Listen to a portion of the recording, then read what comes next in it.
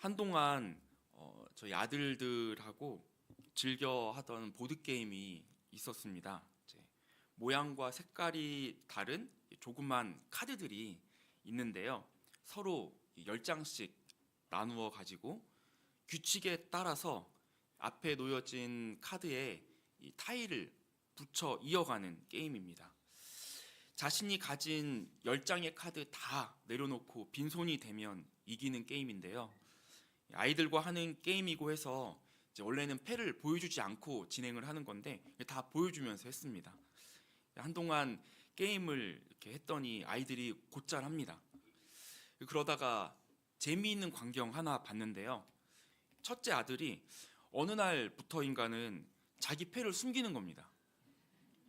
이전에는 카드를 어서 내려놓기에 바빴다면 이제는 내려놓을 순서를 전략적으로 생각을 하더라고요.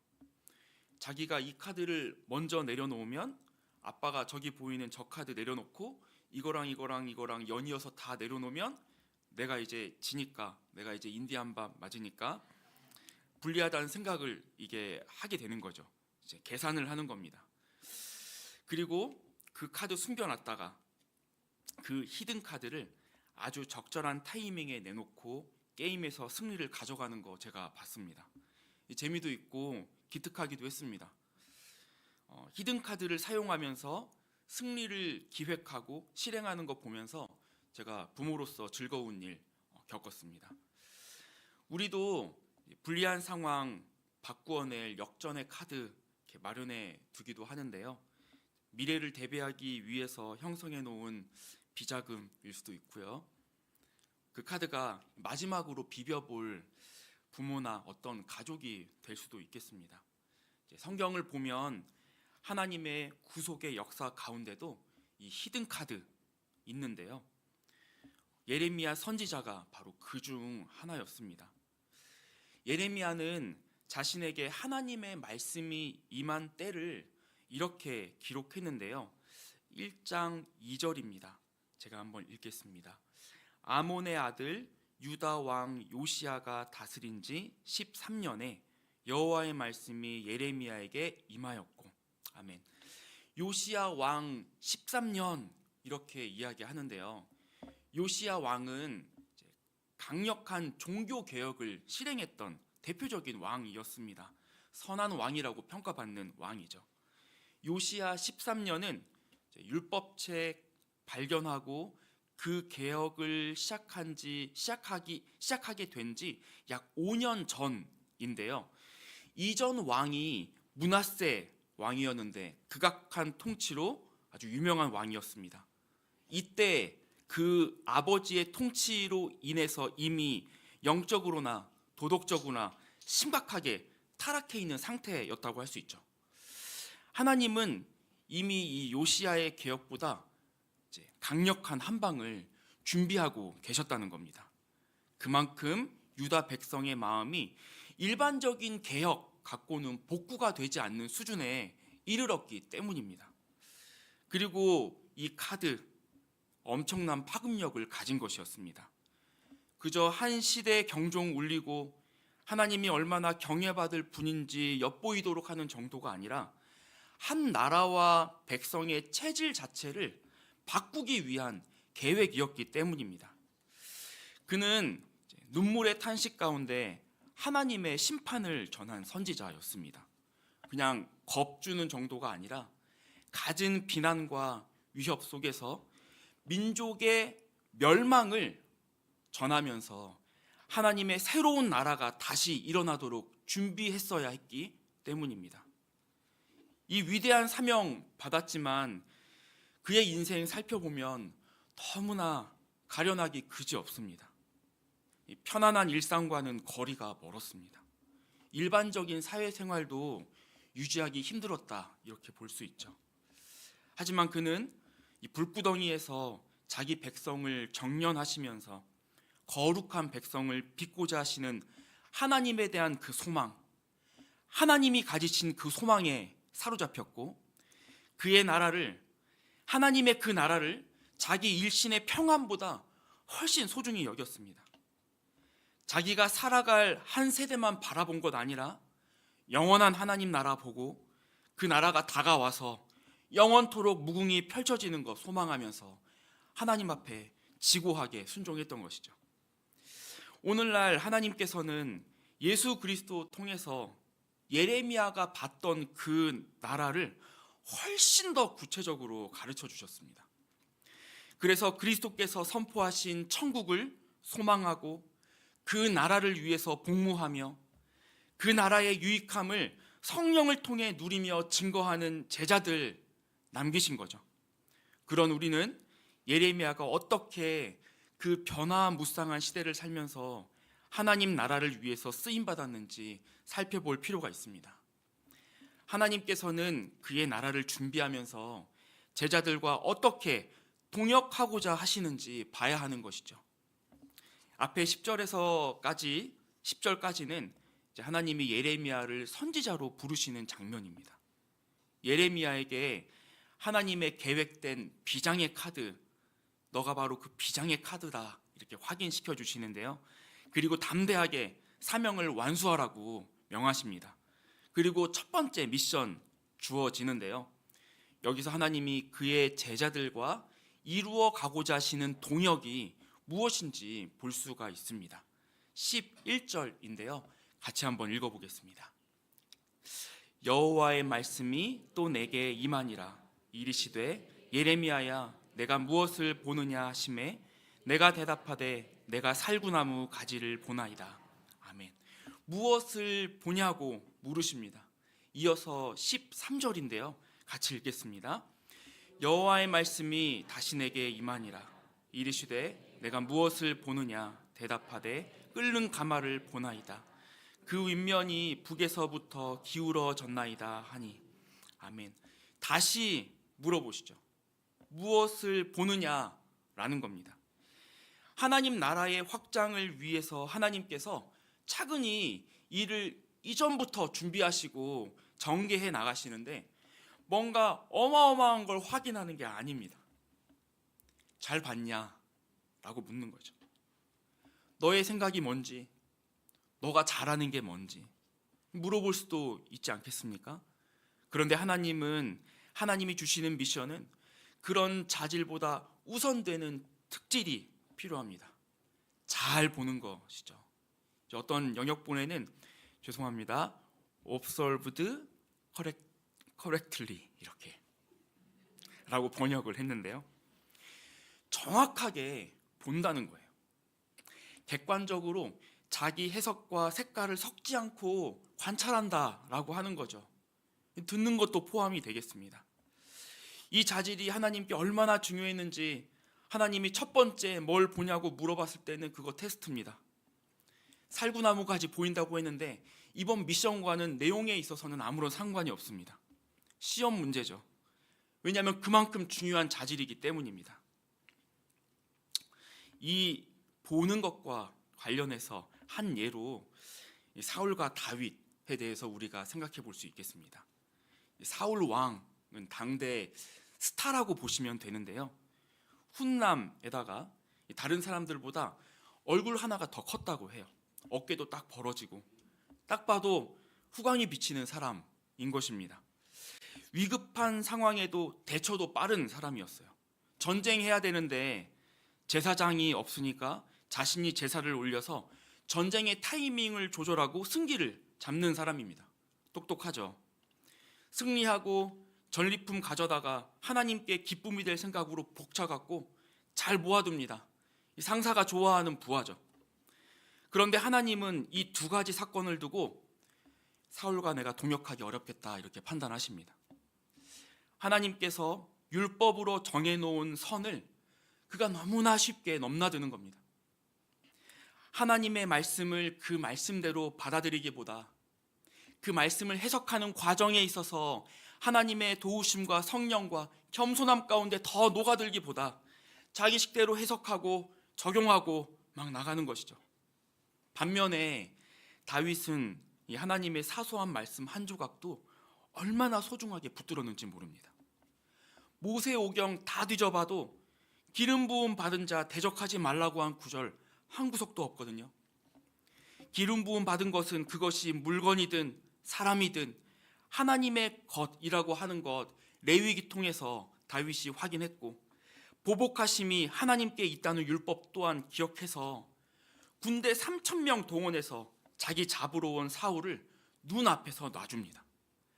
당장에 복수하고 싶은 충동이 그 앞에서 막 일어나지만 그 앞에서 딱 하고 절제하는 것이죠. 이 하나님의 뜻이 조금도 가리킨 바 없기 때문입니다.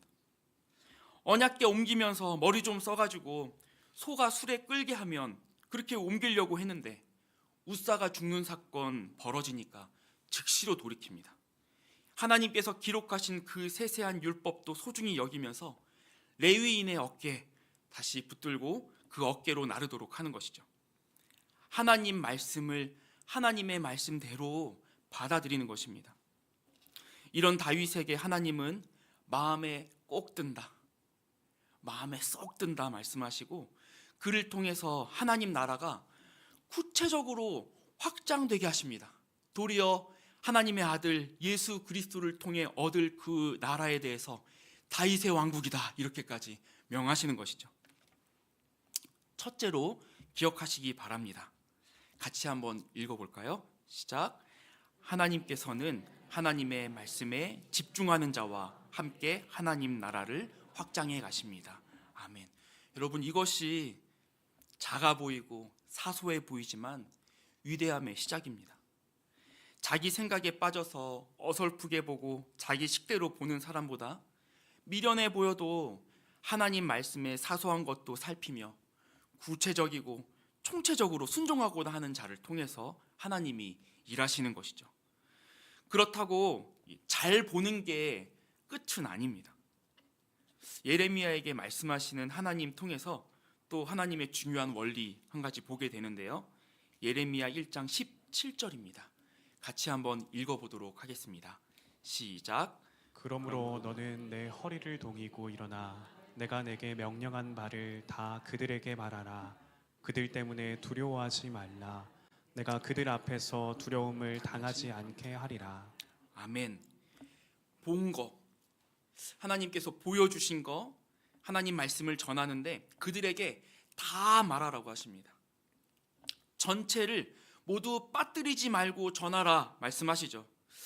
이렇게 말씀하시는 이유는 예레미야에게 보여준 계시의 내용 때문입니다. 이제 그 내용을 한번 보겠는데요. 13절입니다. 이 부분도 같이 읽어보겠습니다. 시작. 여호와의 말씀이 다시 내게 임하니라. 이르시되 내가 무엇을 보느냐. 대답하되 끓는 가마를 보나이다. 그 윗면이 북에서부터 기울어졌나이다 하니, 끓는 가마가 북에서부터 이렇게 기울어지는 것 보게 되는 것입니다. 가마에서 내용물이 쏟아져 내려오는데 북에서부터 내려오는 거죠. 이걸 두고 하나님이 바로 해석을 해주셨거든요. 15절입니다. 제가 읽어보겠습니다. 내가 북방 왕국들의 모든 족속들을 부를 것인즉 그들이 와서 예루살렘 성문 어귀에 각기 자리를 정하고 그 사방 모든 성벽과 유다 모든 성읍들을 치리라. 여호와의 말이니라. 북방 왕국이 이스라엘을 쳐들어와서 무너뜨린다라는 겁니다. 오랫동안 선지자들의 권고에도 돌이키지 않은 이스라엘을 심판하겠다 이렇게 말씀하시는 거죠. 심판, 이것이 내용입니다. 오늘날도 불신자들에게 복음 전해질 때 가장 받아들여지지 않는 진리는 이 사람이 죄인이다라고 하는 것입니다. 열심히 잘 살고 성실하게 잘 살고 있다고 여기는 사람들이 인생 살다 보니까 고난 만나서 이제라도 한번 종교 의지해 보겠다고 한번 이렇게 교회에 왔는데 오자마자 하는 얘기가 당신이 죄인이라고 대뜸 얘기하니까 어이가 없는 거죠. 이 대부분 여기서 실족하고 교회에서 발걸음 돌리는 경우가 많습니다. 여러분, 예레미야 한번 생각해 보십시오. 이 자신들은 하나님이 선택한 민족이라고 자부심 가지고 제사도 1년에 3번 꼬박꼬박 나름 열심히 제물 바치고 드리는 그렇게 유대인들인데 대뜸 하나님의 심판이 올 거라는 겁니다. 옆에 있는 애굽 잘 붙어가지고 외교적으로 풀어가면 지금의 이 혼란스러운 국제 정세도 잘 돌파해 갈 텐데 예레미야라는 이 선지자는 바벨론 사람들한테, 그 신흥 세력한테 무슨 돈을 뒤로 먹었는지 지금은 바벨론에 항복해서 잘 끌려가가지고 70년 징계에 다 두드려 맞아야 된다. 그거 잘 맞는 게 하나님의 뜻이다. 이렇게 말을 하고 있는 겁니다. 매국노도 이런 매국노가 없죠. 예레미야는 만회의 여지가 없는 심판의 메시지를 정면으로 던져야 하는 사명이 주어진 것입니다. 이 메시지 때문에 예레미야는 실제로 아주 심각한 고난을 겪습니다. 쫓겨다니고 얻어맞고 구덩이에 빠지고, 이런 상황의 전개를 아시면서도 하나님은 선지자에게 당부하시는 겁니다. 예레미야야, 다 말해야 된다. 다 전해야 돼. 그 메시지가, 내가 전하는 삶의 내용이 나에게 손해를 가지고 온다고 해도 그대로 전해야 된다라고 하는 것입니다. 제가 예술학교 다닐 때 몇몇 선생님들이 동일한 교훈을 주신 적이 있는데요. 좋은 연기자는 인물의 삶과 감정이 온전히 전해지는 배우라고 이렇게 얘기하는 거예요. 좋은 차는 지면의 충격을 잘 흡수해주면 좋은 차잖아요. 타는데 모든 지면이 그 섬세한 면까지 다 이렇게 느껴지면 좋은 차라고 볼 수가 없잖아요. 근데 배우는 속이 빈 대나무처럼 바람이 불면 그대로 다 통과해갖고 저기까지 가야 돼. 관객한테 다 전해줘야 돼. 이렇게 얘기를 하는 거예요.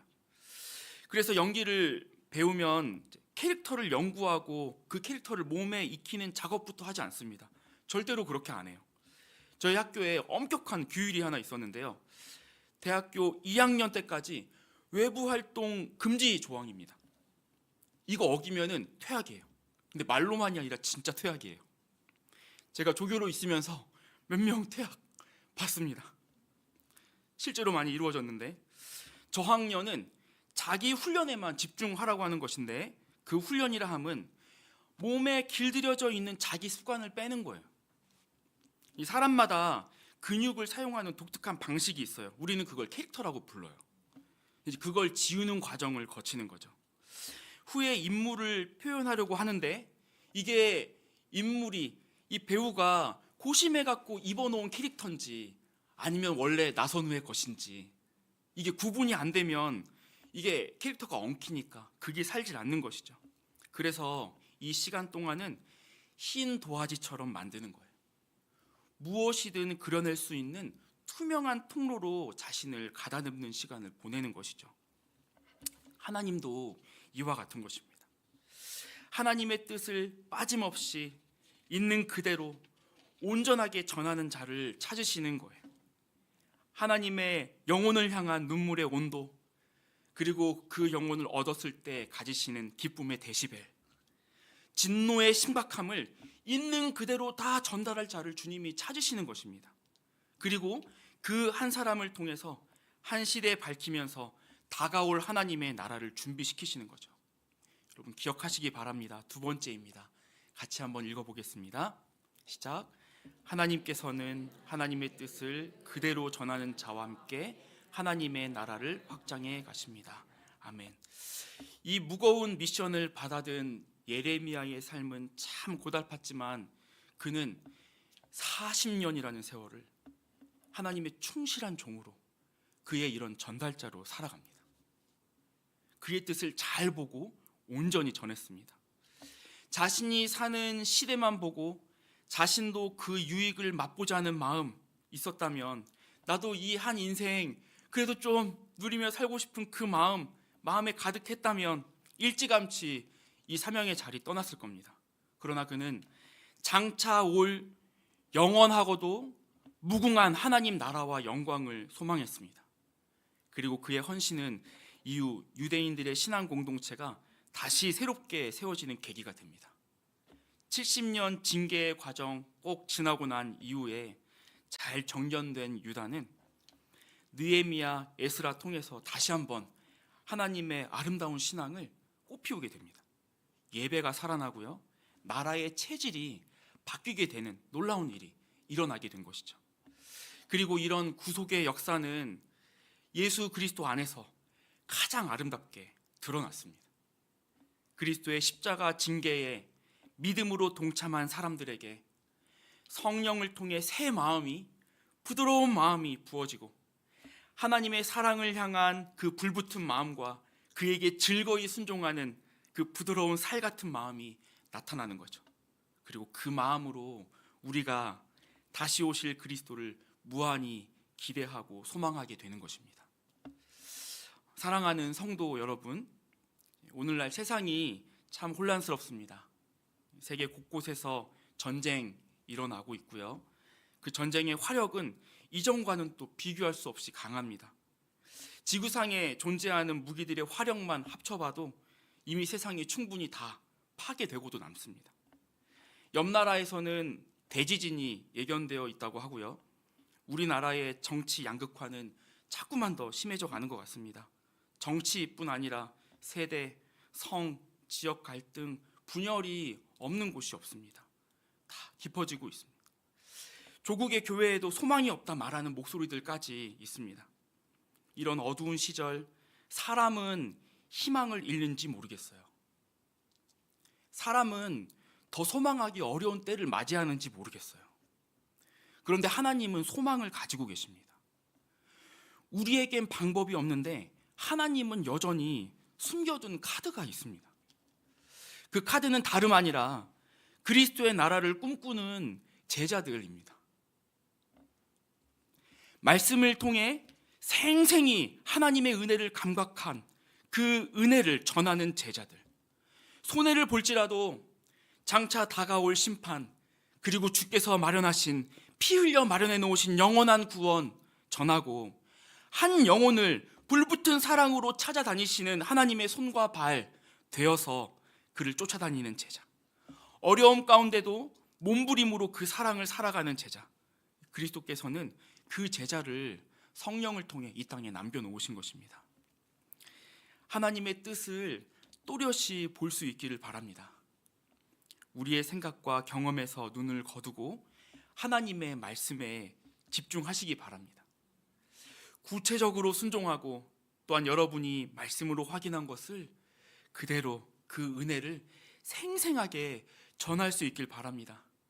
우리의 꿈과 소망 이루려 하기보다 하나님의 뜻이 흘러가는 가장 투명한 통로 되길 소망하며 마지막 때에 하나님의 마지막 카드로 쓰임받는 교회 그리고 모든 성도가 되길 귀한 주의 이름으로 축복합니다.